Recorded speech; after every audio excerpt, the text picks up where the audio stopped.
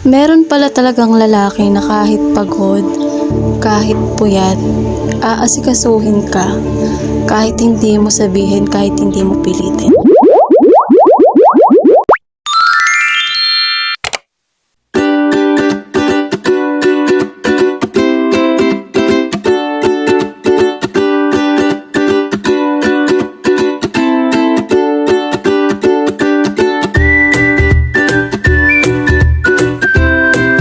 Hi guys! Welcome sa buhay ko. Gusto ko i-share sa inyo ang mga isa sa happy moments na nararanasan ko sa buhay ko. Alam nyo ba, kahit meron o wala kaming ekstrang pera, hindi yan nawawala ng effort si Joe.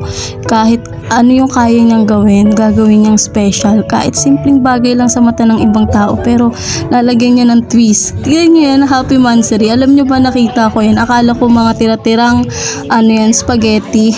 Kaya hindi ko pinansin. Nagising ako kasi may patugtog siyang sweet. So, sinong hindi magigising doon? Sobrang ang saya ng araw kong yan. Hindi ako sanay talaga promise ng sino-surprise. Kaya, every monthsary namin, lalo na pag anniversary, always ako talagang masaya. Kasi, alam niyo yun, parang panaginip ko lang to. Sa babaeng dati, sarili ko lang iniisip ko. Tapos, niloloko-loko, ganon. Tapos ngayon, ganito na, tinitreat na tayo ng maayos. May ganon pala talagang lalaki, guys, na aasikasuhin ka kahit pagod at puyat sila.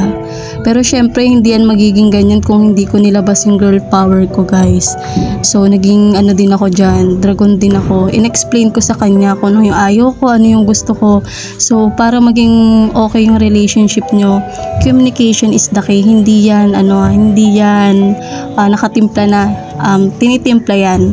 So, yun lang. After namin magsimba pag uwi niya ng trabaho, pinagbigyan ko siya magpares kasi gusto niya yun kasi hindi ko siya laging pinagpapares. As in, hindi talaga kasi nga, alam niyo na, taba, diba? Umiiwas lang. Pero dahil pinasaya niya ako nung morning, so, kinain ko na yung pride ko. Sige, ano ba yung pares lang para sa pagluluto niya ng napakaaga?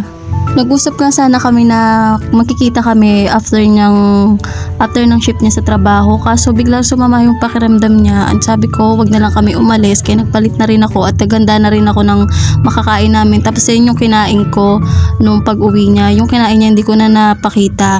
Tapos kinabukasan, guys, pumunta kami dito after ng shift niya.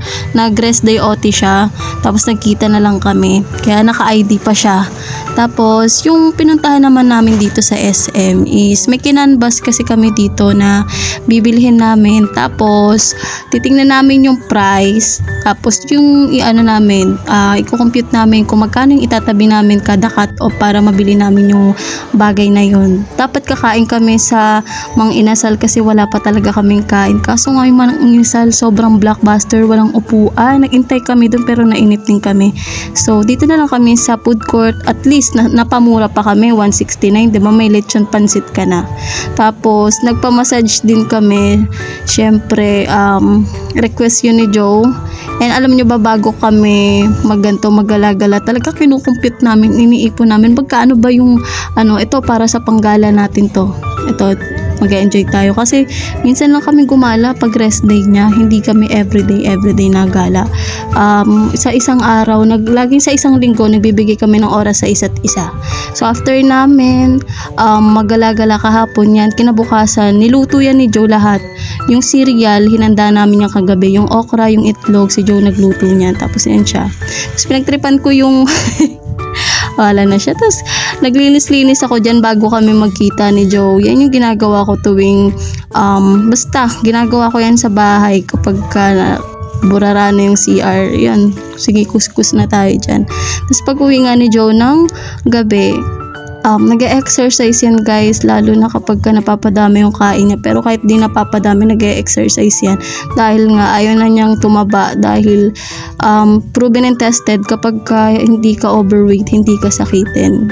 So thank you so much, Lord, na bumaba yung timbang namin, pero medyo nagsitabaan kami nung Christmas tsaka nung New Year. So ayan yung pagkain niya kinabukasan. Nagpaluto siya sa akin ng tapa yung ginawa namin. Tapos yan, kumain siya ng merienda niyang pizza. Tapos kinabukasan pagising niya, sabi ko nga sa inyo, nag-exercise talaga yan. Hindi mawawala. Tapos yan ulit yung niluto niya, pantanggal ng mga kolesterol na dahil nga nag-prito-prito ng pepperoni galing sa trabaho nila. Ating agenda is magbabayad ako ng 3 bill. Yung dalawa doon, ilaw, tsaka tubig. Tara, samahan niyo ako. Mainit nga pala ngayon, ang oras ngayon ay mag-11:25 and nakaganto ako. Jacket, short, and kasi mas komportable akong medyo nakatakip.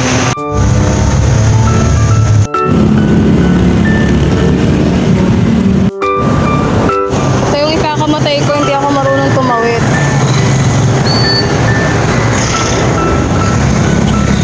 Ito na. Thank you po. Hindi talaga ako marunong tumawid guys, pero dati marunong ako at confident. Pero 3 beses ako muntik mamatay at nagbigay talaga sa akin ng trauma. Kahit nasa pedestrian ako at malayo pa yung sasakyan, sobrang harurot, may mga sasakyan sobrang harurot kahit naka-stop na yung kamay mo, nakaganon. Wait na, talaga namang mapapatakbo ka kasi talagang bubulungan ka nila, walang mga awa. Tao pa ba sila? So ayun lang guys, natapos isang buong araw na buhay pa ako.